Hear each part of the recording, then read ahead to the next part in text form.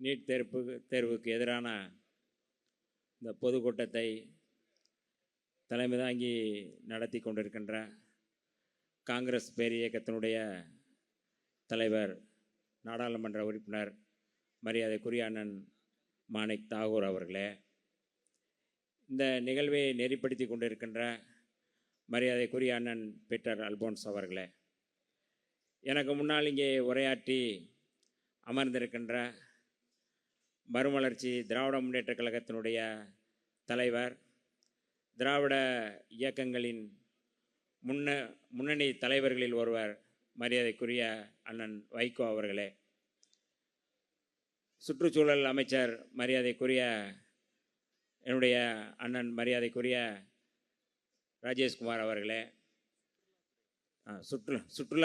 சுற்றுலாத்துறை அமைச்சர் மரியாதைக்குரிய அண்ணன் ராஜேஷ்குமார் அவர்களே, நிறைவாக இங்கே பேசவிருக்கின்ற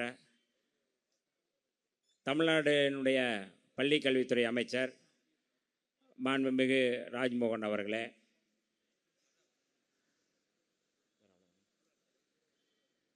இந்த போராட்டத்தில் அல்லது இந்த நீட்டு எதிர்ப்புக்கு எதிராக களத்தில் நிற்கின்ற அத்தனை உறவுகளுக்கும் என்னுடைய வணக்கங்களை தெரிவித்துக் கொள்கின்றேன். காங்கிரஸ் கட்சியினுக்கு புதிய தலைவர் நம்முடைய மாணிக் தாகூர் அவர்கள் வந்த பிறகு காங்கிரஸ் கட்சிக்கு ஒரு புத்துணர்ச்சி ஏற்பட்டது போல மிகப்பெரிய ஒரு பொதுக்கூட்டம், இதுபோல் ஒரு பொதுக்கூட்டம் அதுவும் சென்னையில் நடத்தியிருக்காங்க எனக்கு தெரியல. அதுவும் பாஜகவுக்கு எதிராக, ஆர்எஸ்எஸ் சங் பரிவார கும்பலுக்கு எதிராக, நீட்டுக்கு எதிராக இப்படி ஒரு போராட்டம் நடந்திருக்கிறதா, காங்கிரஸ் முன்னெடுத்திருக்கிறதா என்று எனக்கு தெரியவில்லை. அப்படி ஒரு சரியான ஒரு தலைவரை இன்றைக்கு தமிழ்நாடு கண்டிருக்கிறது. அவருக்கு விடுதலை சிறுத்தைகளின் சார்பில் இந்த அமர்வில், இந்த அரங்கில் நான் அவருக்கு வாழ்த்து சொல்ல கடமைப்பட்டிருக்கின்றேன். பாஜகவுக்கு எதிரான, ஆர்எஸ்எஸ்க்கு எதிரான, சனாதனத்துக்கு எதிரான இந்த போராட்டத்தை காங்கிரஸ் தான் முன்னெடுக்க முடியும், காங்கிரஸ் தான் முன்னெடுக்க வேண்டும் என்பதில் எந்த மாற்று கருத்தும் இல்லை. அதற்கான வலிமை, அதற்கான இந்திய அளவிலே மிகப்பெரிய ஒரு போராட்டத்தை முன்னெடுக்கக்கூடிய ஒரு மகத்தான தலைவர் மரியாதைக்குரிய ராகுல் காந்தி அவர்கள் இன்றைக்கு நீட்டுக்கு எதிரான போராட்ட களத்தில் நம்முடைய தலைவர் ராகுல் காந்தி அவர்கள் அங்கு நின்றிருந்து அவர் எத்தகைய போராட்டங்களை சந்தித்தார் என்பதை நமக்கு தெரியும். எப்படிப்பட்ட ஒரு மோசமான அடக்குமுறை, ஒடுக்குமுறை, ஒரு பாரம்பரியமுள்ள ஒரு தலைவர், நேரு குடும்பத்திலிருந்து வந்தவர் நம்முடைய ராகுல் காந்தி அவர்கள். ஆனால் அவருக்கு இந்த கதி எப்படி ஒரு மிக மோசமாக அவர்கள் கையாண்டிருக்கிறார், இராணுவத்தை வைத்து, காவல்துறையை வைத்து எவ்வளோ மோசமாக கையாண்டிருக்கிறார்கள் என்று நாம் பார்க்கின்றோம். ஆனால் அதையெல்லாம் எதிர்கொண்டு இந்த களத்திலே நீட்டுக்கு எதிராக நான் நிற்போம் என்று அவர் நிற்பது தான் இன்றைக்கு பாஜகவுக்கு சவால் விடக்கூடிய ஒரு மிக அகில இந்திய அளவிலே இன்றைக்கு நிற்கக்கூடிய ஒரு கட்சியாக இருக்கின்றது. பாரதிய ஜனதா கட்சிக்காரர்கள் அல்லது பாரதிய ஜனதா கட்சியைச் சேர்ந்த தலைவர்கள் எல்லோரும் சொல்லக்கூடியது, காங்கிரஸ் அல்லாத இந்தியா நாங்கள் உருவாக்கும் என்று சொல்கிறார்கள். நாம் சொல்லக்கூடியது ஆர்எஸ்எஸ் இல்லாத இந்தியாவை உருவாக்க வேண்டும், அதுதான் மிக முதன்மையானது. இன்றைக்கு டெல்லியிலே முன்னெடுக்கின்ற அந்த போராட்டம், சிஜேபி என்று சொல்லக்கூடிய காக்ரோச் ஜனதா பார்ட்டி, நீட் தேர்வில் இருக்கின்ற முறைகேடு, குளறுபடிகள், அதில் இருக்கின்ற ஊழல்கள், இதற்கு துணையாக இருக்கக்கூடிய தர்மேந்திர பிரதான் பதவி விலக வேண்டும் என்று முன்வைத்து அந்த கோரிக்கையை வைத்திருந்தார்கள். 35வது நாட்களாக அந்த போராட்டத்தை முன்னெடுத்த பிறகு தர்மேந்திர பிரதான் பதவி விலகி இருக்கிறார்கள். இது அந்த போராட்டத்திற்கு கிடைத்த வெற்றி.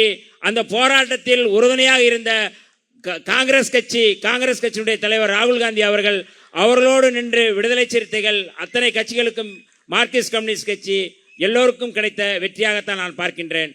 இனி அடுத்த இலக்கு என்பது நீட் இந்தியா முழுக்க ரத்து செய்யப்பட வேண்டும் என்பதுதான் நம்முடைய முழக்கமாக இருக்க வேண்டும். அதை காங்கிரஸ் பேரியக்கம் முன்னெடுக்க வேண்டும்.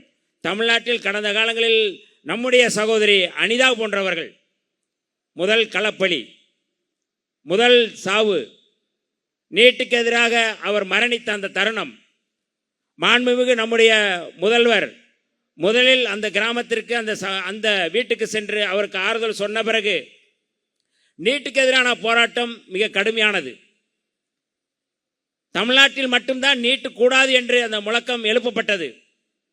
ஆனால் இன்றைக்கு டெல்லியிலே மிகப்பெரிய போராட்டத்தை நீட் குளறுபடியின் மூலமாக இன்றைக்கு நீட்டு உலகம் முழுக்க அது கவனத்தை ஈர்த்திருக்கிறது. அந்த வகையில் இந்த போராட்டத்தை நாம் அடுத்த கட்டத்துக்கு நகர்த்த வேண்டிய தேவை இருக்கின்றதுக்கு வெறும் தர்மேந்திர பிரதான் மட்டும் இலக்கல்ல, மோடி அவர்களும் பதவி விலக வேண்டும். எதற்கெடுத்தாலும் பாரதிய ஜனதா கட்சிக்காரங்க நீட்டை கொண்டு வந்தது காங்கிரஸ் தான் அப்படின்னு சொல்லி சொல்கிறது, அது ஒரு வாடிக்கையாக கொண்டு வந்திருக்கிறாங்க. எத்தனையோ திட்டங்களை கொண்டு வந்தார்கள். அந்த திட்டங்களை எல்லாம் காலாவதி ஆக்கி விட்டார்கள். 100 நாள் வேலை திட்டம் காங்கிரஸ் கொண்டு வந்தது தான், அதையெல்லாம் எடுத்து விட்டார்கள். இப்போது ராம்ஜி என்று அவர்கள் ஒரு புதிய பேர் வச்சு அதில் கொண்டு வர்றாங்க. காங்கிரஸ் கட்சியே இல்லாமல் செய்யணும் சொல்கிறது தான் உங்களுடைய இலக்கு.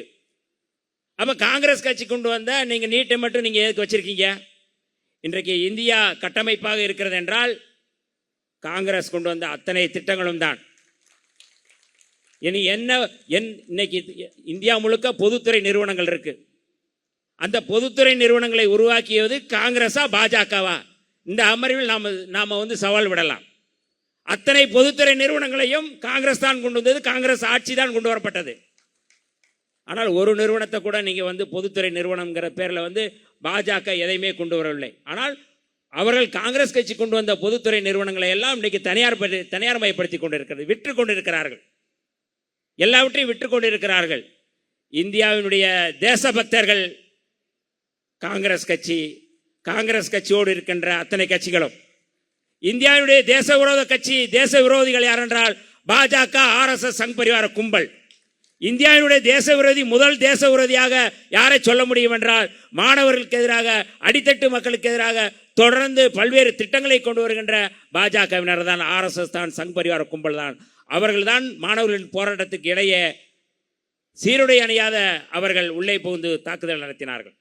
குடியுரிமை திருத்த சட்டத்துக்கு எதிராக போராடிய மாணவர்கள் மீது அவர்கள் தான் தாக்குதல் நடத்தினார்கள். ஆர்எஸ்எஸ் காரர்களை வைத்து இன்றைக்கு மிகப்பெரிய தாக்குதல் நடத்துகிறார்கள். தேச விரோதிகள் யார் என்றால் இந்தியாவுடைய தேச விரோதிகள் ஆர்எஸ்எஸ் கும்பல் தான்.